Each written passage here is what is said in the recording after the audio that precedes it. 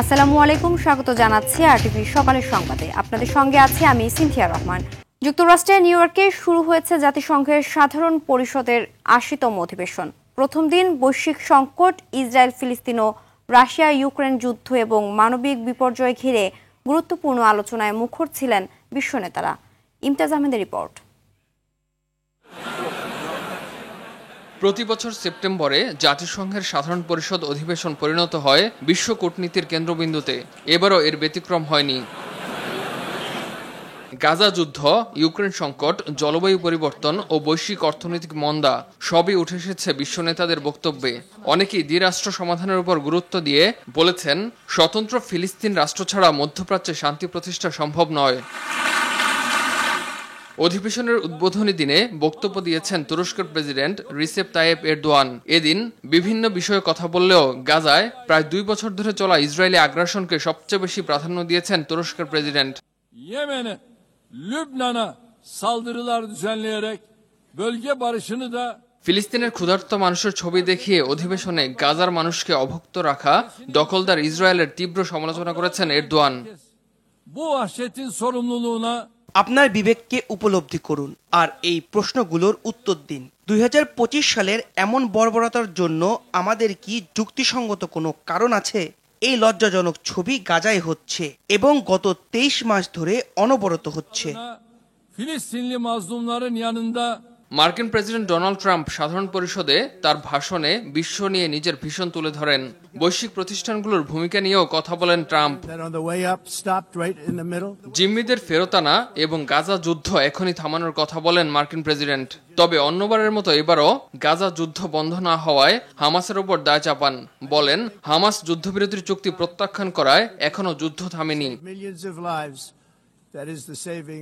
এছাড়া পশ্চিমা দেশগুলোর ফিলিস্তিনকে স্বীকৃতি দেওয়ার বিষয়েও মন্তব্য করেন মার্কিন প্রেসিডেন্ট। দাবি করেন, ফিলিস্তিনকে স্বীকৃতি দেওয়া দেশগুলো হামাসকে পুরস্কৃত করেছে। এ সময় বিশ্বব্যাপী 7টি যুদ্ধ বন্ধ করেছেন বলেও দাবি করেন প্রেসিডেন্ট ট্রাম্প। জাতিসংঘের তীব্র সমালোচনা করে ট্রাম্প বলেন, জাতিসংঘ কঠোর ভাষায় বিবৃতি দিলেও সে বিবৃতি অনুযায়ী কোনো কাজ বাস্তবায়ন করে না। এদিকে জাতিসংঘ মহাসচিব গুতেরেস তার বক্তব্যে সতর্ক করে বলেন, বিশ্ব একের পর এক সংঘাতের মুখে দাঁড়িয়ে জরুরি পদক্ষেপ না নিলে মানবিক বিপর্যয় আরো গভীর হবে বলেও সতর্ক করেন মহাসচিব। এছাড়া ফিলিস্তিন সমস্যা সমাধানে দ্বিরাষ্ট্রনীতির প্রতি জোরালো সমর্থন পুনর্ব্যক্ত করেছেন ইন্দোনেশিয়ার প্রেসিডেন্ট প্রাবোও সুবিয়ান্তো। বিশ্বের সবচেয়ে বড় কূটনৈতিক এ মঞ্চে দেয়া বক্তব্য কেবল আলোচনা নয়, ভবিষ্যতের বৈশ্বিক নীতি নির্ধারণেও বড় ভূমিকা রাখবে, এমনটাই মত বিশ্লেষকদের। ইমতিয়াজ আহমেদ, আরটিভি। অন্তর্বর্তী সরকারের প্রধান উপদেষ্টা ডক্টর মোহাম্মদ ইউনূস জাতিসংঘ সদর দপ্তরে ৮০তম জাতিসংঘ সাধারণ পরিষদ ইউএনজি এর অধিবেশনের ফাঁকে একাধিক বৈঠকে অংশ নেন এবং শীর্ষ বিশ্ব নেতাদের সঙ্গে মতবিনিময় করেন। অস্ট্রেলিয়ার প্রধানমন্ত্রী, নেদারল্যান্ডসের রানী ম্যাক্সিমা, বিশ্ব স্বাস্থ্য সংস্থার মহাপরিচালক, চিলির সাবেক প্রেসিডেন্ট এবং উরুগুয়ের বর্তমান পররাষ্ট্রমন্ত্রীর সঙ্গে এই বৈঠক অনুষ্ঠিত হয়। এ সময় ফেব্রুয়ারির প্রথমার্ধে নির্বাচন হবেই। বিশ্ব নেতাদের সঙ্গে বৈঠকে একটি গ্রহণযোগ্য সুষ্ঠু ভোট নিয়ে অন্তর্বর্তী সরকারের পরিকল্পনা তুলে ধরা হচ্ছে। এই সরকারের প্রতি পূর্ণ সমর্থন আছে বলে জানিয়েছে প্রধান উপদেষ্টার প্রেস সচিব শফিকুল আলম। নিউ ইয়র্কে প্রধান উপদেষ্টার সফর সঙ্গী হিসেবে যোগ দিয়ে সব কথা বলেন প্রেস সচিব। বাংলাদেশের সবচেয়ে বড় তাৎপর্য হলো পুরো ওয়ার্ল্ড বিশ্ববাসীকে জানানো যে বাংলাদেশের একটা খুবই ইম্পর্টেন্ট, বাংলাদেশের জন্য একটা ফাউন্ডেশনাল ইলেকশন আমরা ফেব্রুয়ারিতে করতে যাচ্ছি। আপনি একটু আগে কে যেন বললেন আমরা ফেব্রুয়ারিতে ইলেকশন হতে পারে না, ফেব্রুয়ারিতে ইলেকশন হবে। হ্যাঁ, ফেব্রুয়ারির প্রথমার্ধ। ইন্টারিম গভর্নমেন্ট গত 14 মাস ধরে কি কি কাজ করলো, কি কি রিফর্মের কাজ করেছে, বাংলাদেশের যে গত 14টা মাস কত চ্যালেঞ্জিং ছিল এবং সেই বিষয়ে এই চ্যালেঞ্জগুলো উত্তরণের জন্য এই গভর্নমেন্টে কি কি কাজ করেছে। জুলাই আগস্ট আন্দোলনে সংঘটিত মানবতা বিরোধী অপরাধের মামলায় সাবেক প্রধানমন্ত্রী শেখ হাসিনা ও সাবেক স্বরাষ্ট্রমন্ত্রী আসাদুজ্জামান খান কামাল সহ 3 জনের বিরুদ্ধে 53তম সাক্ষী হিসেবে আজ সাক্ষ্য দেবেন এ মামলার বিশেষ তদন্ত কর্মকর্তা ও প্রসিকিউটর তানভীর জোহা। মঙ্গলবার সন্ধ্যায় এক ভিডিও বার্তায় তথ্য জানান আন্তর্জাতিক অপরাধ ট্রাইব্যুনালের প্রসিকিউটর গাজী MH তামিম। বলেন, এই বিশেষ তদন্ত কর্মকর্তা তদন্তকালে সাবেক প্রধানমন্ত্রী শেখ হাসিনার বেশ কয়েকটি ফোনালাপ জব্দ করেছেন। সাক্ষ্য গ্রহণের সময় সেসব ফোনালাপ শোনানো হবে। সে সঙ্গে তার জবানবন্দি অনুমতি সাপেক্ষে ট্রাইব্যুনালের ওয়েবসাইট সহ প্রত্যেক ইলেকট্রনিক মিডিয়ায় সরাসরি সম্প্রচার করা হবে। ইতোমধ্যে মামলায় মঙ্গলবার সাক্ষ্য গ্রহণের 21তম কার্যদিবস পর্যন্ত 52 জন সাক্ষীর সাক্ষ্য গ্রহণ ও জেরা শেষ হয়েছে। চট্টগ্রাম বিশ্ববিদ্যালয় কেন্দ্রীয় ছাত্র সংসদ চাকসুর নির্বাচনে মনোনয়নপত্র প্রত্যাহারের শেষ দিন আজ। বিকেল পর্যন্ত মনোনয়নপত্র প্রত্যাহার করতে পারবেন প্রার্থীরা। গতকাল পর্যন্ত মোট 9 জন প্রার্থী মনোনয়ন প্রত্যাহার করেছেন। এর মধ্যে 5 জন হল সংসদ এবং 4 জন চাকসু প্রার্থী। এদিকে আগামী 12 অক্টোবরের পরিবর্তে 15 অক্টোবর চাকসুর ভোট গ্রহণ অনুষ্ঠিত হবে। মঙ্গলবার বিকেলে নির্বাচন কমিশনার আরিফুল হক সিদ্দিকী বিষয়টি নিশ্চিত করেন। এর আগে 22 সেপ্টেম্বর বিশ্ববিদ্যালয়ের সমাজ বিজ্ঞান অনুষদে প্রার্থীদের সঙ্গে অনুষ্ঠিত মতবিনিময় সভায় প্রচারে পর্যাপ্ত সময় না পাওয়ার অভিযোগ ওঠে। শিক্ষার্থীদের এই দাবি পর্যালোচনা করে নির্বাচন কমিশন ভোট গ্রহণের তারিখ পিছিয়ে দেয়। প্রায় 3 যুগ পর চাকসু নির্বাচন ঘিরে উৎসবের আমেজ বিরাজ করছে শিক্ষার্থীদের মাঝে।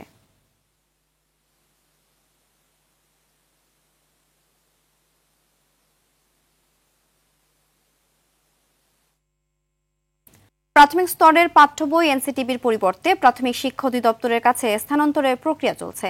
সময়মতো বই সরবরাহে ব্যর্থতা, মানহীনতা সহ নানা অভিযোগে এনসিটিবিকে দায়িত্ব থেকে সরিয়ে দিতে চাইছে অন্তর্বর্তী সরকার। বিশেষজ্ঞদের মতে এটি এনসিটিবির চরম ব্যর্থতার ফল।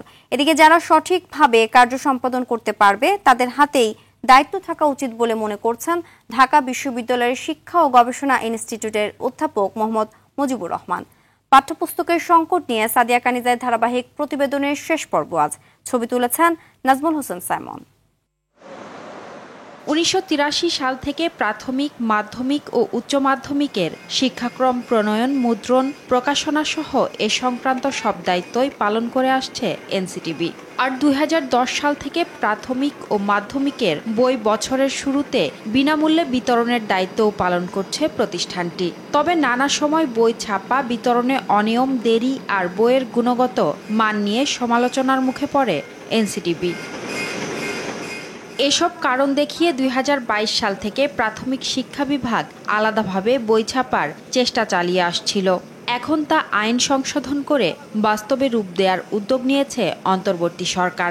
এ প্রক্রিয়া বাস্তবায়ন হলে এনসিটিবি শুধু শিক্ষাক্রম ও পাঠ্যপুস্তক প্রণয়নের কাজে নিয়োজিত থাকবে। এমন উদ্যোগে অসন্তোষ দেখা দিয়েছে এনসিটিবির অভ্যন্তরে। তবে এ বিষয়ে কোনো কথা বলতে রাজি হননি সংস্থাটির চেয়ারম্যান। বিশেষজ্ঞরা মনে করছেন, যারা শিক্ষার্থীদের হাতে মানসম্মত বই তুলে দিতে পারবে এমন সক্ষম প্রতিষ্ঠানকে কাজ দেয়া উচিত। এনসিটিবিকে শুধু একাডেমিক কাজে মনোযোগী হবার পরামর্শ দেন ঢাকা বিশ্ববিদ্যালয়ের শিক্ষা ও গবেষণা ইনস্টিটিউটের অধ্যাপক মোহাম্মদ মুজিবুর রহমান। ছাপার কাজ তো একাডেমিক কাজ না, ছাপার কাজ এনসিটিভি করা লাগবে কেন? ছাপার কাজটা গভর্নমেন্ট যে কোনো উইং করতে পারে, এটা একটা রাষ্ট্রীয় বিষয়। গভর্নমেন্ট যদি মনে করে যে বিজি প্রেসকে দিয়ে ছাপাবে, তারা ক্যাপাবল, করুক। আমাদের বেটারমেন্টের জন্য যেটা করা দরকার সেটাই করা উচিত। এনসিটিবিকে ব্যবসায়িক মনোভাব বাদ দিয়ে পূর্ণাঙ্গ একাডেমিক প্রতিষ্ঠান রাখার পরামর্শও দেন তিনি। রেডিক্যাল চেঞ্জ করা লাগবে, অর্থাৎ সার্জারি করা লাগবে। আপনাকে ওই যদি বিপ্লবী সিদ্ধান্ত আপনি নিতে পারেন তাহলে সেটা সম্ভব। আপনি এনসিটিভি, আপনি মতিঝিলের মতো একটা কর্মব্যস্ত জায়গায় একটা বিল্ডিং এর ভিতরে এনসিটিভি কেন? আমি মনে করি এনসিটিভি কি গবেষণা করবে, কাজ করবে ঠান্ডা মাথায়, ঠিক আছে, এগুলো করবে। আর এখানে তো দেখি যে অনেকে অনেক ব্যবসা বাণিজ্য করে বসে বসে। তবে 2026 শিক্ষাবর্ষে বিনামূল্যের পাঠ্যপুস্তক এনসিটিবি সরবরাহ করবে। প্রত্যাশা মানসম্পন্ন বই শিক্ষার্থীদের হাতে তুলে দেয়া। সাদিয়া কানিজ, আরটিভি, ঢাকা। বগুড়ার সোনাতলা 50 শয্যা বিশিষ্ট উপজেলা স্বাস্থ্য কমপ্লেক্সে চরম অব্যবস্থাপনা ও সংকট দেখা দিয়েছে। মাত্র একজন এমবিবিএস চিকিৎসকের উপর ভরসা করে চলছে পুরো হাসপাতাল। ফলে প্রতিদিন চিকিৎসা সেবা নিতে এসে ভোগান্তিতে পড়ছেন শত শত রোগী। রোগীদের চিকিৎসা দিতে গিয়ে নিজেই রোগী হয়ে যাওয়া হাসপাতালটি নিয়ে বগুড়া সারিয়াকান্দি প্রতিনিধি শাহাদাত জামানের রিপোর্ট জানাচ্ছেন লামিয়া তানজিল মাহমুদ। বগুড়া সোনাতলা 50 শয্যা বিশিষ্ট উপজেলা স্বাস্থ্য কমপ্লেক্স হাসপাতাল, যেখানে কখনো রোগী দেখছেন নার্স, কখনো হিসাব সহকারী, কখনো প্যারামেডিক্স চিকিৎসক। খোঁজ নিয়ে জানা গেছে হাসপাতালে চিকিৎসক থাকার কথা 26 জন, যেখানে কর্মরত আছেন 11 জন, যার মধ্যে 2 জন আছেন ডেপুটেশনে। বাকি 9 জনের চিকিৎসা দেওয়ার কথা থাকলেও উপস্থিত MBBS ডাক্তার মাত্র 1 জন।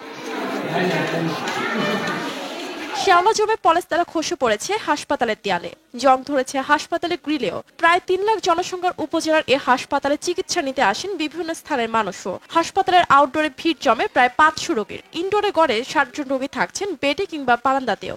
আধা ঘন্টা ধরে দাঁড়ায় আছি, এখানে ডাক্তারের অভাব। আমাদের এখানে পর্যাপ্ত ডাক্তার হইলে আরো ভালো হয়। অনেকক্ষণ হলে বসে আছি, ডাক্তার দেখলে তাড়াতাড়ি ভালো হয়। ডাক্তার স্বল্পতার কারণে এখনো বসে আছি।